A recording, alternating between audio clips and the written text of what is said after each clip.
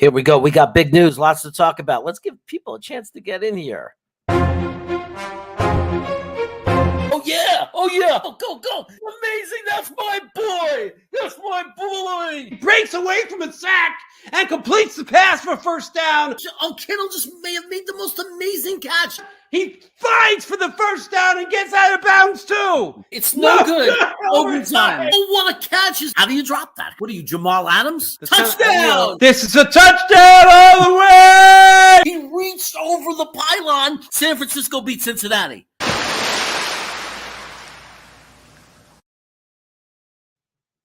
Ladies and gentlemen, get ready for this. This man, and I say, man, this man, that means he's an adult, wise in his ways, knowledgeable about the world. This man, when Salah came out on Monday morning and said, we're going to have to reevaluate. We don't know who's going to start for the New York Jets. Many of us said, fake penalty, whatever you illegal. They said no. They said they're just a wake-up call. It's not real. And somebody remembered the rule. Somebody remembered about the cat on top of the house and realized that what Salah was really doing was preparing us, the locker room, and everybody else for the big news that was to come. Now let's introduce the bagel eating, pizza eating, hot sauce eating. Used to be a Knicks fan rooting. Greatest move from San Diego to Portland, brother, in the world!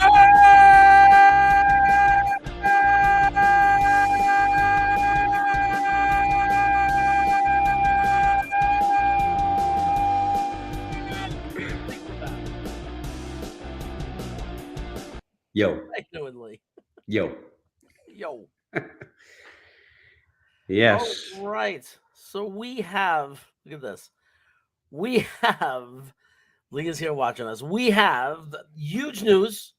We have a video out about it that Lee made. If you guys want to check it yesterday. And I got all the facts right. You got all the facts right yesterday. So Zach Wilson is out. There's no question it was the right decision. Especially if not based on the way he played, but on what he said after the game, his lack of accountability. It's hard to argue that he needed to be on the bench. Are you surprised that he's inactive completely, like inactive? No, he's in no mental shape now to come into the game. You can't, if something happens to Mike, you can't bring in back Zach. His mind is mush. You know, I've in my life had lost things I wanted, and my brain doesn't really work for a while. So, you know, he needs to recover. And they, again, I think Salah was honest. The guy he didn't give as many details as I did, but you watch the replays, right? You watch the, I like Warner's show, you know, for Warner. I think he does a great job. And Zach's legs are never under him the right way. I mean, the few times they are, he throws good passes. He just relies too much on his arms. He thinks he can be in any kind of position and throw the ball. He drops back too far. Those are things that we have to take care of, that he has to take care of before he can really be in a game, because he's just getting into bad habits, making it worse and worse. And to fix those things, people play golf especially know, if you try to fix one thing in your golf swing, you're horrible at golf for a while. So he's going to be horrible at football for a while once he works on these fundamentals. And, you know, frankly, I wouldn't be surprised, of course, if they traded him. But I do think that he can work the fundamentals out and come back. Yeah. It's funny. She's saying, hey, it's my cool uncles. Oh, uncles. I thought she said uncle. I was going to be, which one's cool and which one's not?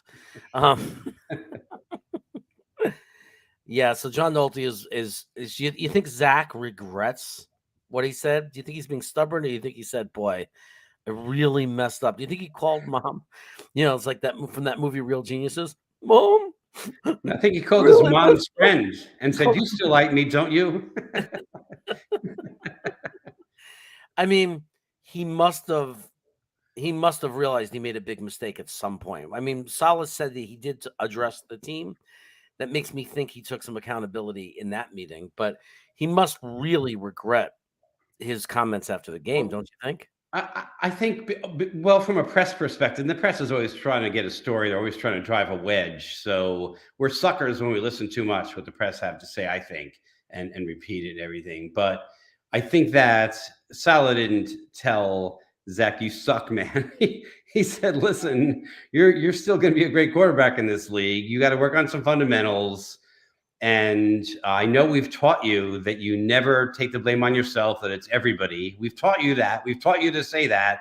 But when you have a game like that, hey, you got to man up here and say, it's on me. But I'm sure they coached him not to say it's on him for other situations, right? And so he just didn't see it was time to take it on himself, and he should have. But Right. does he regret it? He didn't get benched for saying that. Salah did not say you got benched because you don't know how to deal with the press. Nah. He told them we'll teach you how to deal with the press better in the future. But you've got to get back to fundamentals, dude. Look, you missed too many things. You just got to get back to fundamentals. Yeah, I'm wondering if they should bring back his, personal coach like they did last year. Where is I forgot his name, but like, is he? I don't think he's around. Like, if he's not, if I'm wrong, and he's around, good. But if he's not, they need to bring in a coach. Look, Kurt Warner actually volunteered. Kurt Warner said, "I'll go in there and coach this kid." I think at this point the Jets should take him up on his offer because he really, it's and there are people that are still deniers, right? No, Zach is fine, blah blah blah.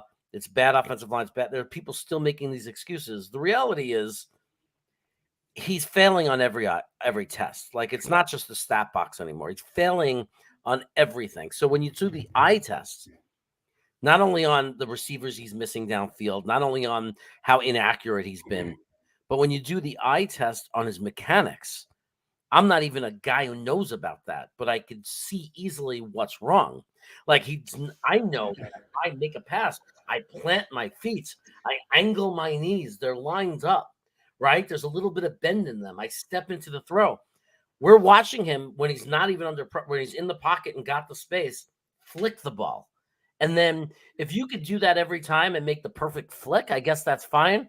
But he's not. He's inaccurate. So don't you think that they're literally going to have to like retrain him to plant your feet and literally teach him how to throw a football? Look, some parts of him knows how to throw the ball. We saw a game last year, you and me, Jeremy, where Yeah. he did this move and he told the receiver to just break long. Zach got his feet under him. He threw the ball 40, 50, 60 yards in the air. It was a great throw, very good throw. He has arm strength, man. And he knows when he wants to throw that ball how to get his feet under, right? Yeah. He's just being, I don't want to say he's being mentally lazy, but he's being physically lazy. He feels like he can throw the ball, and look, it's Matavi. He feels like he can just throw the ball no matter what. And he's not getting his legs in position. It's just the bottom line. He's not getting his legs in position. Also the other thing is that he's doing a shotgun and he's dropping back as if he was under center. So now he's twice as far back on these plays, and it takes longer because you're not immediately getting the ball in your hands and taking 5 steps. You're getting the balls in the air a while, and then you're taking your 5 steps. And so you can't even look up for so long when you're doing that. I mean, they've really got to rejigger Zach. They've got to re-Zach. They do. Right. And But he might never come back. Come on. He might never make it, but he might make it. okay, but here's the reality. Will he get the opportunity? Let's say Mike White. Let's say it's not even that Mike White's going to come in and play great, right? Let's say Mike White comes in and plays average NFL quarterbacking, and the Jets defense continues to evolve and become and stay dominant. And then we get some offensive line back, so we start getting our running game back a little bit. And let's say that average means he's putting up over 200 yards a game, and we're scoring much more points. Yeah. Are you really going to bench him and put Zach back in? I think I said it yesterday before the benching was official, and that is that the job is now White's to lose. Right. The job is now White's to lose. It's not like Zach's coming back when he gets better. It's White's job for the rest of this season if he can do well.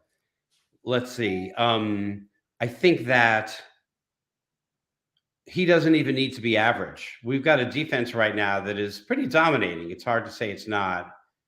And so even under average, even an under average Zach, even an under average White, if he can throw 1 or 0 interceptions a game, and if he can throw a 60% passing completion percentage and average 10 yards a pass, I mean, that's under average, but he's in, baby. With this defense, that's going to win games. That's going to win games. Yeah, I mean, look, we have the kind of players where the goal really should be just to get them the ball. We have the playmakers. He doesn't have to throw it 40 yards downfield. He just has to hit them with good timing as they cross the field.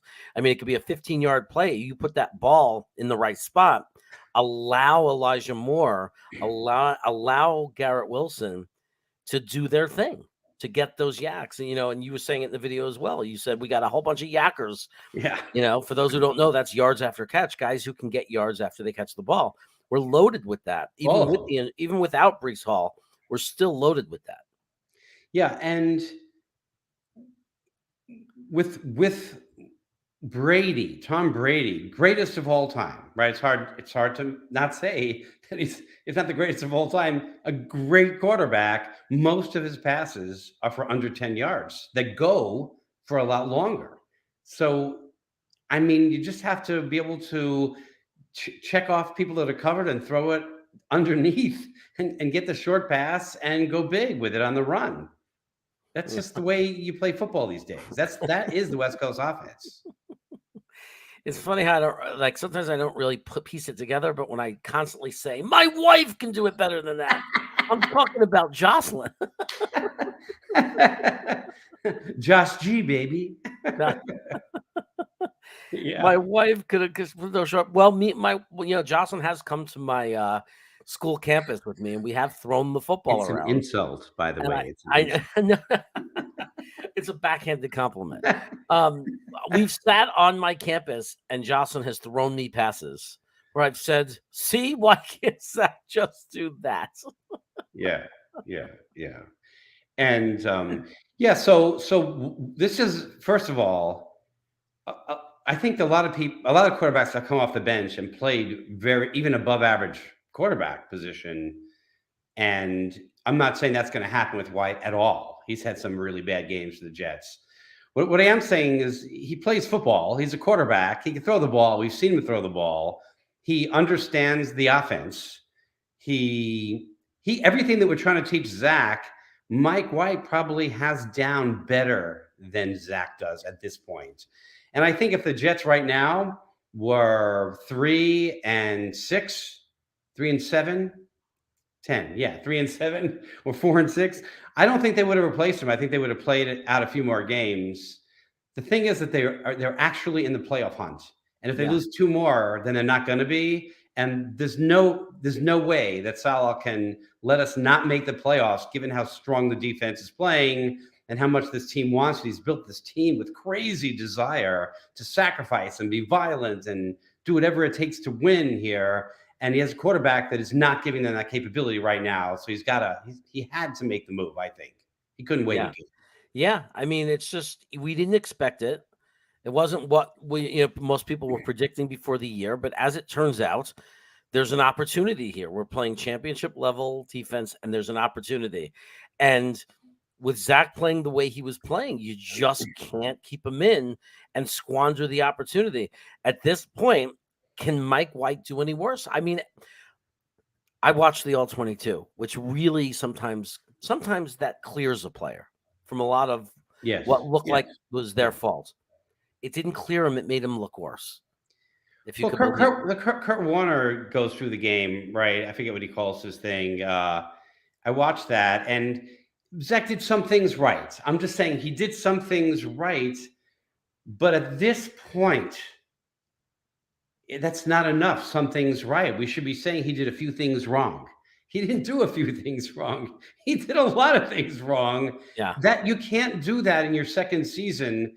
And again, if they were losing anyway and the rest of the team was also just starting to progress, then okay, you can keep out there and learn and do this. And we have an old expression, like when you do software and introduce new software out there, and I was younger, changing the wheels on the bus while it's moving. Well, they got to change Zach's wheels. And you can't do that while it's moving when it's moving so fast and so strong. That's just dangerous. So you got to put on a spare set of tires. It might not be the best set of tires. First of all, it may be okay. We don't know where White is. We don't know how he'll develop. Some people just wait for this time to get to shine, and then they shine bright. Maybe that's White. Maybe he'll just be below average, but better than Zach, which we need. Now, Tyson comes in and says, you can't bench Moore for his attitude and not Zach for his. I do want to say, I think that it's apples and oranges, but I also don't completely disagree. So, but I don't want to sit there and act like it's the same situation, because it's not. It's not the same exact situation. It's apples and oranges, but I agree. And I'll say, we don't have to talk about benching, or we can't forget about the word bench. You have to hold everybody equally accountable for their actions. So I agree. You can't say to Elijah Moore, or even us as fans, crucify and convict him for the things that he said and did and the way he went about it, and then ignore what Zach did. I think it's apples and oranges, but I do agree with Tyson that obviously you can't ignore his missteps after that game. But I'm not saying the accountability that we have to hold him for those missteps is the same as Elijah Moore, because it's apples and oranges. They both did two different things that are hard to compare to one another. Yeah, but I'm going to disagree, and I'm going to tell you why I have to. I'm going to say they are apples and oranges, and they're they're probably pumpkins and peanuts. I just made that up, pumpkins and peanuts. That's because what Elijah Moore did is he went anti-team. He said, "I want to be traded.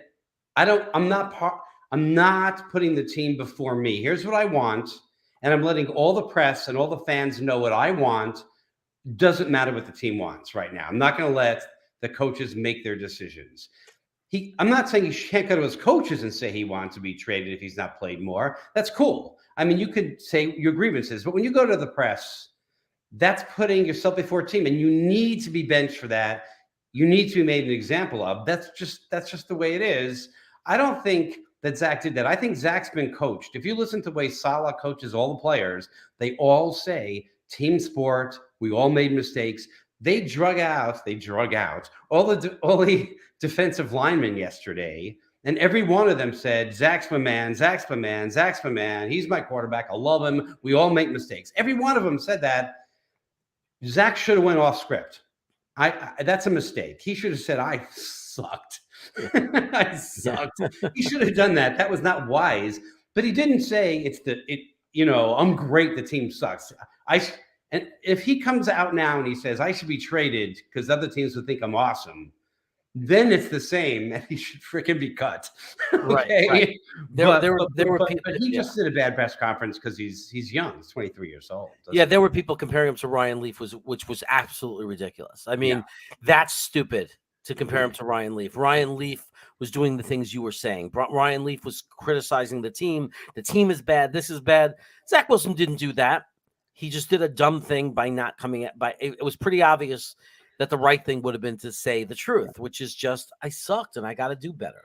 Look, I worked for San Diego Gas and Electric. This is a little off football here, but interesting, I think. I worked for San Diego Gas and Electric, and I was going to go in front of the cameras a lot because I was about advanced grid and how to make the grid work better. Okay, fine, whatever. I was like a face out there. So I had to go through this class, and this guy interviewed me, and he tricked me in the middle of the interview when I was all comfortable. He asked me a question about another company, Pacific Gas and Electric. Okay, they're the ones who do everything wrong. And he asked me a question about them and my opinion about it. And I was on such a roll that I answered what I thought Pacific Gas and Electric should do. And at the end of the interview, he said, "Boy, I have to give you an F." I'm like, "What? I was awesome. My thoughts are so smart." He said, "You just are going to be quoted in every newspaper because you just gave your opinion about another company. You're going to get quoted everywhere, and it's going to look horrible for SDG&E, and PG is going to hate you guys' guts." this was practice. And so I learned from that. And, I think Zach could learn how to do an interview. And, I learned how to be a better tennis player. I learned how to play better volleyball. I learned how to get my fundamentals right. So is Zach 100% gone? No, he's just probably gone. He's probably gone. It's not looking good because what's going to happen is it doesn't look like there's a very good strong possibility that Zach is not going to have enough time or an opportunity to prove he's the guy through the rest of this year. And there's so many quarterbacks that are going to be available, right? I mean, you got all these young quarterbacks coming out, so all the bad teams are going to get their quarterbacks through the draft because it's such a good year. Which means there's not going to be a high demand because there's not enough teams that want them or need them for a lot of guys who are very competent. Now, if you bring in, my big guy to me is Jimmy G, because I watch the Niners every week. A lot of you know I have the channel Niners Chaos. A little bit of a plug there. Now, Jimmy G plays in our system. It's the exact system pretty much. I mean, Jimmy G could step in with 2 days preparation and play in our system because he knows the coaches and he knows it so well. While people say, no, he's not that good, the Niners don't even like him. They drafted Trey Lance. If you're a Jet fan and you know what you're talking about, the Jets haven't had name a Jet quarterback. Geno Smith. Geno Smith. No, though, not when he was here. I know, but it just goes to show that, people could say I got a bad hand, right? When they're playing poker, but bad hands can be turned into good hands if you play them right. So I'm just saying Geno Smith came around. He came around. Right. No, he definitely came around. But the reality is that Jimmy G, realistically, depending on how much he costs, and it's a horrible thing. That's why we want Zach to be the guy so badly, because who wants to have to go out and get a quarterback? But if they went out and brought in at the end of the year as a free agent Jimmy G, let's say they can get him for under $20 million because of the reasons I just specified. Yeah. Because there's so many young quarterbacks that are going to be drafted in this year's draft, and that there's a lot of teams content with their quarterbacks. So the Jets might be one of the very few teams that offer Jimmy G the opportunity to be a starting quarterback. Can I ask you a question about Jimmy G? Yeah. Jimmy G, I don't want to make a misstatement here, right? Yeah. Last year, the Niners went and got another quarterback. They traded like crazy for another quarterback, right? Yeah. Yeah. Trey Lance? Yeah. Yeah. And even though Trey Lance was healthy last year, they still started Jimmy G. Well, Trey Lance, they gave him some opportunities. They said he needed that year to develop. It was part of the plan. Right. But my point is that I'm trying to make here, and you see it coming, is Zach Wilson didn't get that opportunity. They threw him out to the wolves. Yeah. So he had to go in right away. And I guess what I'm saying is they can get a Jimmy G, Jeremy, for a year or two because they have a solid team around him, but they've also got to get a quarterback, and they got to take some chances and try some young quarterbacks, but also nurture them for a year or two, because they need a young star quarterback. At some point, you need a young star quarterback to have a dynasty. But realistically, Jimmy G is a great bridge because he's not like a 1-year, 38-year-old. I mean, he's a guy who could play 2 to 3 years easy, very believable, and not waste our defense and the opportunity right now we have to be a contender, right? I agree with you. Jimmy G. Here's the problem for Zach. I was just going to say, here's the problem for Zach. He doesn't get a chance to prove himself this year if Mike White plays good enough. They end up getting Jimmy G at a good price. That it's over for Zach because he's not beating Jimmy G out for the starting job. He's just not. No, Jack's time will be over then. Yeah. Jack's time will, if they go outside, Zach is over. The only way Zach gets in the door is if either White's not doing well or White goes down, and Zach is showing real improvement in practice. Like, I mean, he's doing the things he's doing wrong today. If he starts to do them right, and there's an opening, there's a chance for him, but he's not going to get the chance without a need for a quarterback to take that field. Yeah. He needs a lucky break now. Zach needs a lucky break, and he needs to actually get better at the quarterback position. He absolutely has to get better. I just can't believe we're at a point where we're saying this, but it's so believable that this could happen. Like that Mike White plays good enough. and we're doing so good with any kind of quarterback competency. The team does really well. Mike White leads us to the playoffs. Zach Wilson doesn't get to play. The offseason comes. We bring in Jimmy G, or we bring in Minshew, or we bring in that back guy Huntley from Baltimore. We end up bringing in some other option. And let's say that guy comes in, because so far all the guys I just mentioned played in their limited time much better than Zach Wilson played. Like, people forget about this guy from Baltimore when Lamar was hurt. This guy played really well. He was Yeah. really athletic and really good, right? And then you got Jimmy G, Minshew, every opportunity he's had to play in this league, What better than about Zach Wilson. Brissett? What about Brissett at Cleveland? Even he's better than Zach, but if they went out and brought in Brissett, I would believe they still want Zach to win the job. That's the difference. Minshew, it's kind of questionable where his ceiling is, because the guy never gets a real chance, and he's done nothing but play well. And then Jimmy G, again, the most underrated quarterback in football, because you got a bunch of baby 49er fans screaming and crying. Oh, he stinks because anything less Yeah. than a Super Bowl win, and they want to throw everybody out. But the Listen, reality is Jimmy G got them to the Super Bowl. And it's not like he was just like playing Zach and just game managing. Jimmy G did a lot of great things that year. And last year, he did a lot of great things. And this year, he's doing a lot of great things, better than any quarterback we've had in the building in over 20 years, possibly. now, first of all, step one, I think, legitimately, is we have to evaluate White. I don't mean we. Salah, I mean, we have to see how White does. There's, I would say it's under 25%, but there's a chance that he plays really solid football. And you say, okay, we have a middle quarterback that's reasonably young. You can ride that guy for a long time, especially if he continues to get better. So there's a chance. There's a chance of that. Second chance is to get a guy like Jimmy G, and I don't think there's another Jimmy G out there. In my opinion, he takes teams to playoffs. He's already there. He's already in that spot. He's not too old. He's the best bridge player I think we could find.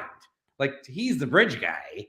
And then at the same time, if you got a bridge guy, you have to draft a young quarterback. You don't have to draft. You could draft or trade for somebody who could be a star. We need a maybe superstar that's coming up to speed while we continue to advance the team and make the playoffs with a guy like Jimmy G, or maybe, I'm holding out hope, a guy like White, because that's much cheaper if it's a guy like White. Yeah, and we still have to see how he does, because the guy only had a few games ever to get to play in the NFL. Like, people forget that. When he came in last year, that was his first NFL snaps ever. And to sit there, the excuses we make for Zach last year, he's a rookie, let him learn, and then not give some leeway to Mike White is absolutely ridiculous to me. He struggled when he came in against New England as a backup. You don't take the same amount of reps. He comes in, first NFL snaps, doesn't do great, obviously doesn't do very well, comes in against Cincinnati and wins the game, plays a half against Indianapolis before he got hurt on his 2 drives, scored 2 touchdowns, was doing much better than Zach ever did, right? Then he comes back from the injury and he puts up a disaster against the Bills, which a million quarterbacks have done, right? So many quarterbacks have not looked good against the Bills. And now we've all decided that there's no upside for Mike White. Why? I don't think we've decided that. I'm saying there's a chance this guy could go. We don't know, because you don't know. Until someone gets a chance under center, a real chance, you don't know. Zach has had his chance. It's a reset for Zach, whatever. Maybe he gets another. I mean, I like the guy. I hope he's a good-looking guy. It's hard not to like him. But, I don't like him that much. Not enough to keep him in the game. Maybe he gets another chance, right? But Mike White deserves a chance for sure. But you have to agree, Mike White is getting his chance. He's getting his chance. Will White win? That's what I said in my video that I made yesterday and released today. Will White win? It's his ball, man. What an amazing thing for that young man to actually have the ball put in his hands for a potential playoff team. All he has to do is not suck as much as Zach. See, so all 24 Rush is saying is give Mike a chance. So 24 Rush, welcome to the conversation. Thank you for your chat. You look new here, so I just wanted to give you a little bit of welcome. I wanted to point out that Phil Adams is in England. He is in the UK. He's one of our great supporters. And if you look behind me, you'll see this incredible flag. the Stoke flag. There's only 5 of them in the world. They were custom made by Phil Adams, who sent me one of the 5 flags. That's why I love him. Not only because he sent me That's the the flag. only reason. It's not the only reason. He also sent me the flag behind him from the UK game, from the Atlanta Jets game from last year. So Phil Adams, welcome. I'm glad I'm finally on at a time where you could be part of the conversation without it being 3 a.m. Hey, Jeremy, one more thing I feel like I have to say about this Mike White, Zach Wilson, Joe Flacco move. Okay. 3 or 4 weeks ago, suddenly Mike White was the backup quarterback and Joe Flacco was not. And I don't have any way to prove this. So I'm not going to say I know it for a fact, but I guess I believe that already at that point in time, because somebody asked the question, what happened to Zach? Why couldn't he learn? Someone asked that question, right?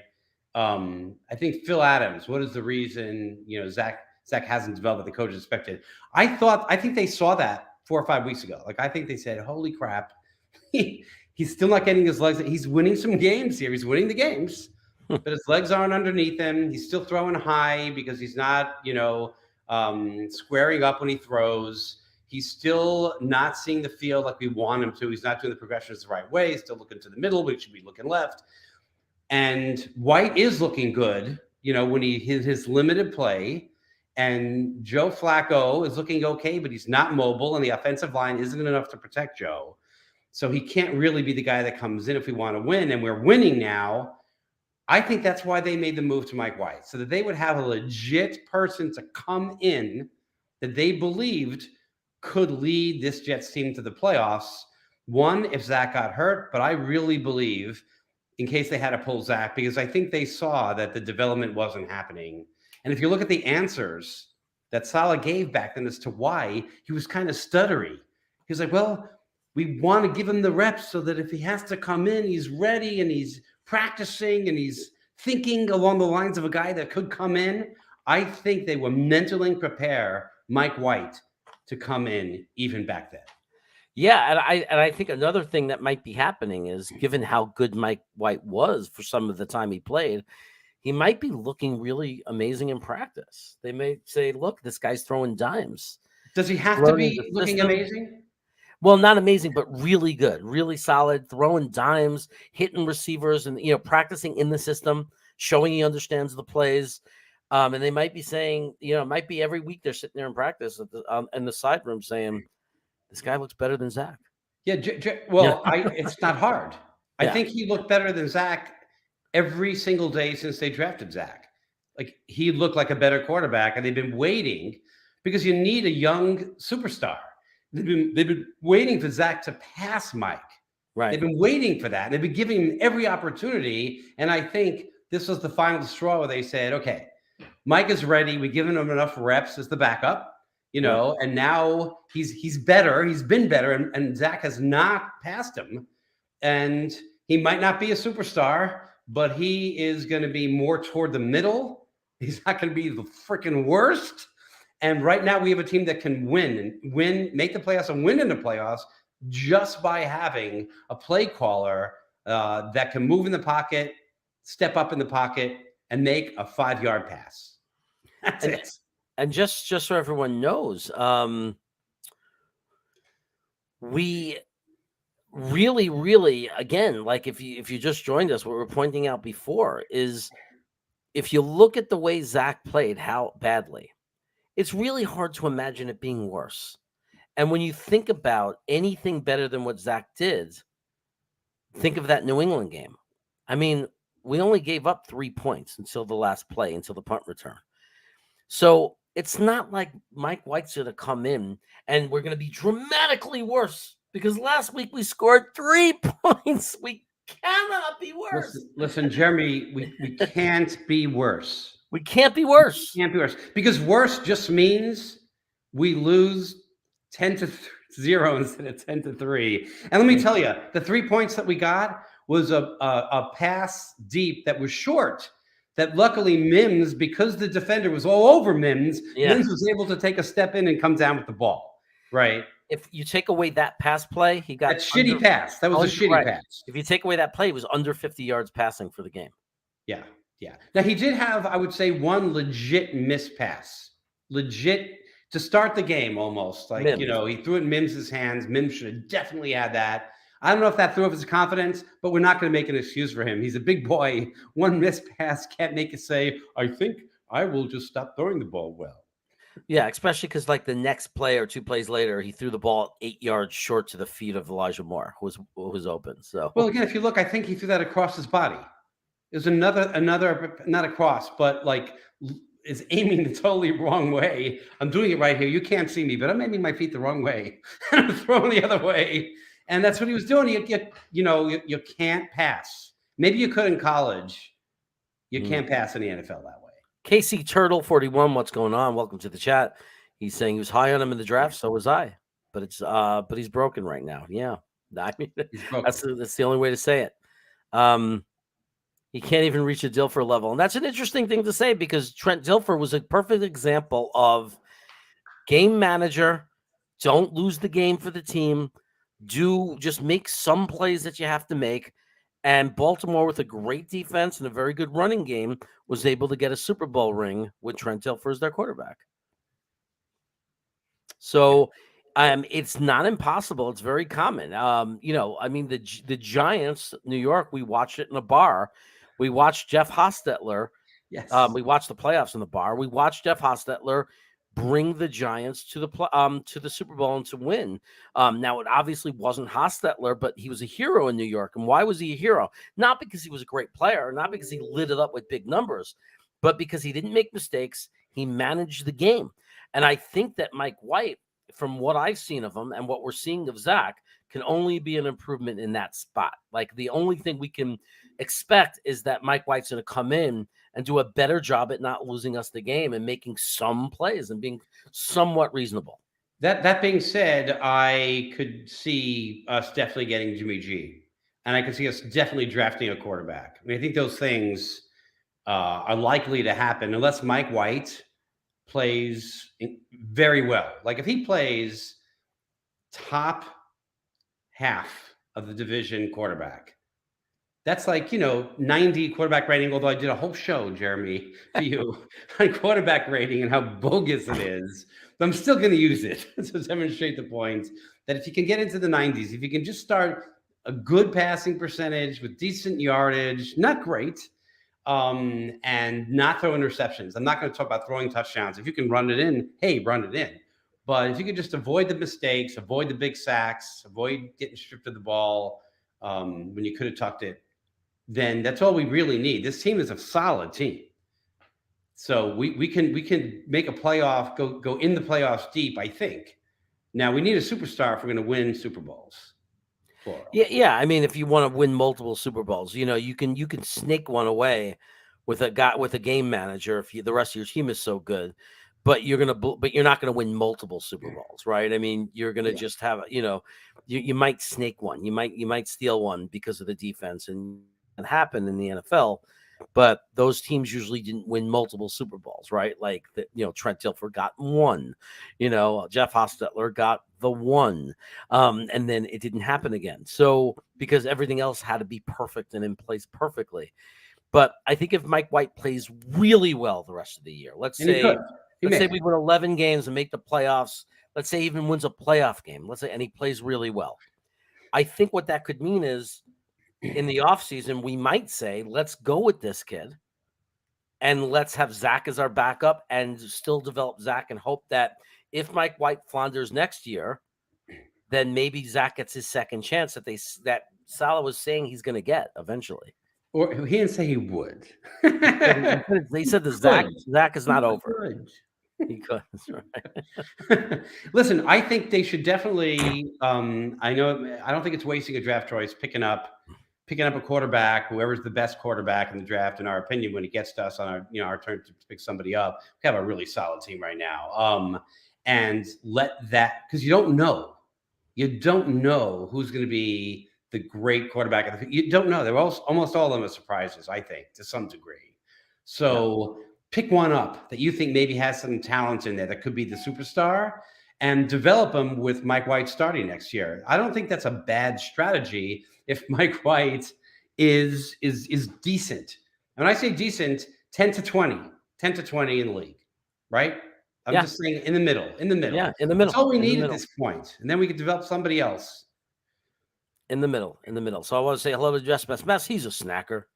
The master snacker. The original snacker. The guy who named me Snacks. He's here. He also knows the answer to every question. We got Raw Power saying that Zach is over, and which could very possibly be true. We got Robert S. Can you playing like this? And it's going to be a lot of competition for him. Yes. Yeah. And hey, someone mentioned Geno Smith, and it's fine to mention Geno Smith, that he's going to get a $30 million contract, and it might require a multi-year deal. And I just don't think, this is my opinion, that we need to go there, that we need to put that much of our money into the quarterback, which means we can't sign the people we want to sign. And I think the team is just looking super good. We just need someone who can manage the team, and I think we'll be fine. I think we got to home grow our superstar and not get one for that kind of money. Jimmy G, I'm hoping we can get for less than that. I hope so. So look, I'm not going to hold everybody up all day. I actually have to run and pick something up from the store for my wife. So I'm getting buzzed and cold like crazy. But Lee, thanks for coming on. I just my pleasure, man. A couple of things I wanted to say, just other news that got swallowed up by all this that's kind of exciting. George Fant, they opened up his practice window, which means he has 20 days to be activated. Usually, typically, you open up his practice window because you believe he's within a week to be ready to start really practicing. Maybe not full contact, but like at least limited participation. So that looks like it's going to happen. Max Mitchell obviously is only 11 days from the deadline of being activated. So there's still hope that he's going to play. I don't know. Davis. Right. Corey Davis is practicing in full. So he's going to be back. Herbig is expected to be back. So there's a lot of things happening that's really good and positive for us. It looks like we'll get the win. I know right now that Matt O'Leary is live. So guys, jump over there. That's a good friend of mine. He's going live right now. Throw you supported him. Get over and watch Matt O'Leary and support his channel. Make sure you hit the like button on your way out. And if you haven't never been here before and you have not subscribed to the channel and you enjoyed the content here, please go ahead and subscribe to the channel. Best way to support us. And Lee and I will be back with our Double Chaos show. So you look for those videos to pop out. Got a lot of exciting things on the channel. We have this little 1-minute video back and forth against each other as well, debating each other about what I have no idea. But lots of fun stuff on the channel, right, Lee? Yeah, also there's a lot of videos that we put out just in the last week about Zach and about Mike White and about what's going on. So you might want to check that out. And also, happy Tea Day. That's right. Everybody have an amazing Thanksgiving. Hey, I'm going to be back tonight. I'm going to be on air in about 10 hours. So I'll see you then. I'm looking forward to it. Don't know who we're going to have on, but, of course, Adam will be there. And I will leave you. I'm going to leave you with this. Greatest co-host in the world.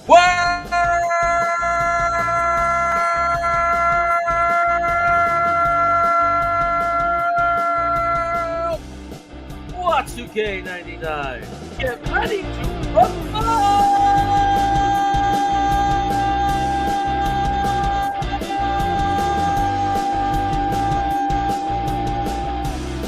The tag team champions of the world!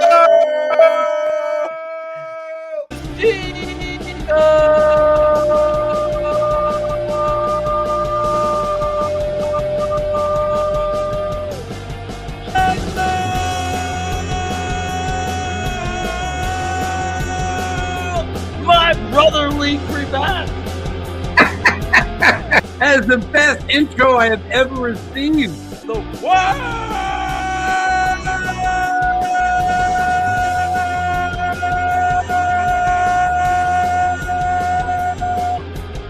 The Buffalo Jets man. Yo. George Fant is a barely above replacement level, pretty good left tackle. How can you say Compare that when that he to was an- top 3 in sack percentage last year for left tackles? And I think when in doubt, until you have better reason, go with the optimistic view. And our defensive line is going to be giving a lot of people some trouble.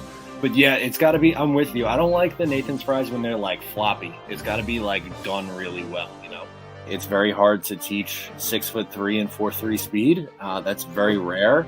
The talent's there. He's just got to put it together mentally. Right. To get on to you, I'm a cheater.